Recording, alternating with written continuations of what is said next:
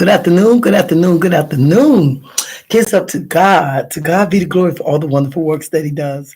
Thank you, God, for another do over, for another day to get it right. Thank you, God, for a day in the land of the living, for health, for life, health, and strength. And thank you, God, for those brand new grace and brand new mercies. And Lord, if we have that chance to say, I'm sorry, allow us that chance. Because I'm sorry can restore and recover a whole lot of things.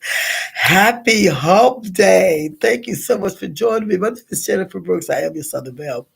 Another moment in history today. Today I have Althea Gibson. I have down, they call her the Jackie Robinson of tennis.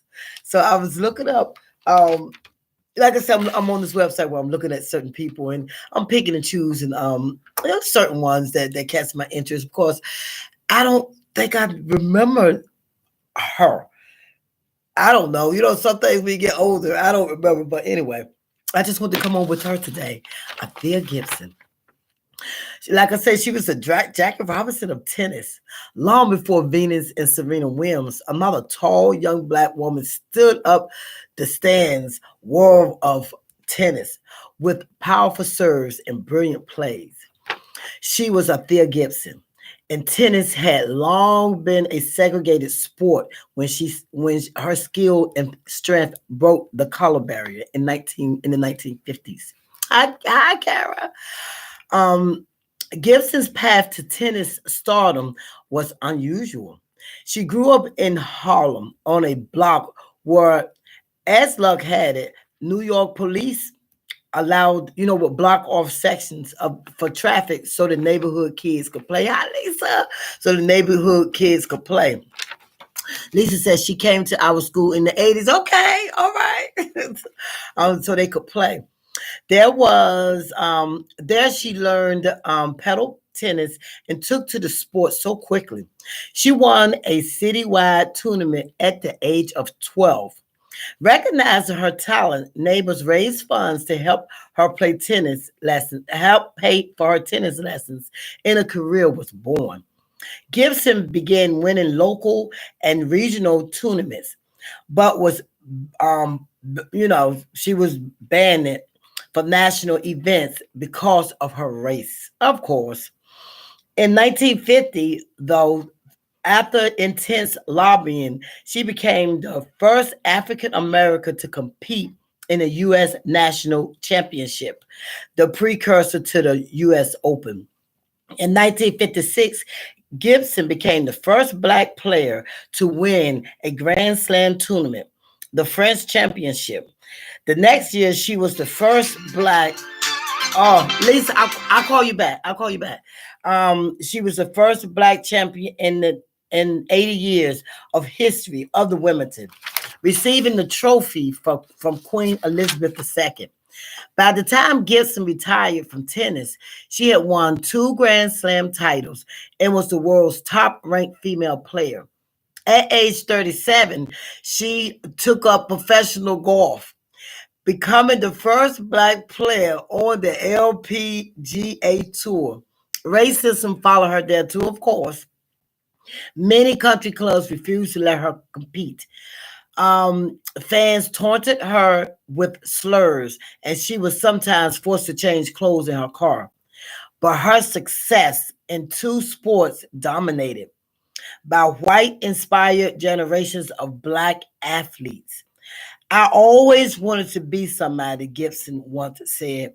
If I made it, it's half because I was good enough to take a lot of punishment along the way, and half because there were a lot of people who cared enough to help me. I know this is Lisa because she said she got to meet her. She came to her school. So I'm sure she's going to give me some more information. Text it to me, Lisa. She was born August 25th, 1927 in Silver, South Carolina. She died September 28th, 2003 at the age of 76 in East Orange, New Jersey. She was inducted into the Greater Wilmington Sport Hall of Fame 1971 and 2000. Her awards was Associated Press Female Athlete of the Year. She even sang, y'all. She had an album. Frida Gibson, American jazz singer. She even had an album. So this lady was multi-talented. So she played tennis, she played golf, and she had an album. So she was phenomenal. Was a phenomenal woman. She was all that.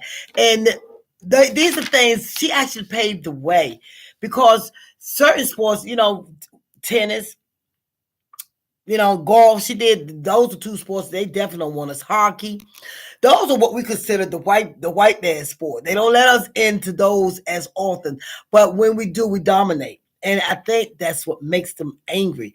We dominate whatever we put our minds to. And that's what I wish a whole lot of us and a whole lot of Black people understood about us. We are special, we're covered, we are the chosen people, and we do dominate whatever we put our mind to. But see, were held back so much, especially back in those days. They didn't want us to do anything. If they could have kept us chained up, they would have. But thank God, God stepped in and things changed. But now we're still having a problem with certain things. But see, you can't go backwards. We can't go back.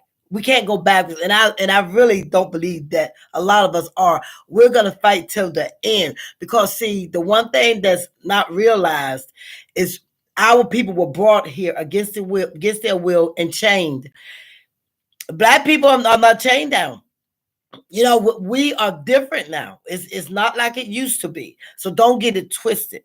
Don't think that things are going to go back to the way they were. I don't think so. Because I know that God is going to move us forward, and he's going to keep allowing us to move forward as his people and dominate. If y'all listen to us more, some things will be changed. Nobody don't want to hear it. Y'all don't. People don't think we know anything, but we do. We do. We have a spiritual connection with the Father all the time because we know that he is the author and the finisher of our faith. We know that. A lot of people think that they don't need God, or the stuff that they have they got without God, or God has nothing to do with it, or I got this on my own. I guess we're gonna find that out very soon. But this is a short today. Lisa, I was hoping that you would text me what you want to say about Miss Gibson, but I guess maybe you're still not on here. But anyway, no, she didn't text him. But anyway, I came on to tell you about our Jackie Robinson of tennis. She dominated. She dominated her tennis. She went to the what's the LPGA, which is golf, and she had an album. So she was all that. All right, thank you so much for coming on with me today. If you think anybody needs to hear this, please share it with them. Let them know that I'll be coming on daily, every day that I can. I don't know, I might skip a day here and there, but I'm not sure. But every day that I can, I'm gonna come on and talk about Black history. I'm gonna talk about stories that were untold. One lady said, "We did it, y'all hid it." So I'm definitely gonna do something on that because a lot of things that we did were hidden from us. A lot of things that we did, they didn't want us to find out. They have done some horrible things to Black people. And that they can hide all they want to. A lot of it's coming out, but God sees it all. You can hide it, but when you go before him, you're going to have to be accountable for everything that you did, especially to his people, because some things we did not ask for. But keep coming on, keep sharing, keep subscribing, keep liking, keep commenting. I really appreciate you all. My name is Jennifer Brooks. I am your Southern Belle, and I am on the right road now. Come on, guys. Let's go on this Black History ride. All right, y'all have a blessed day now.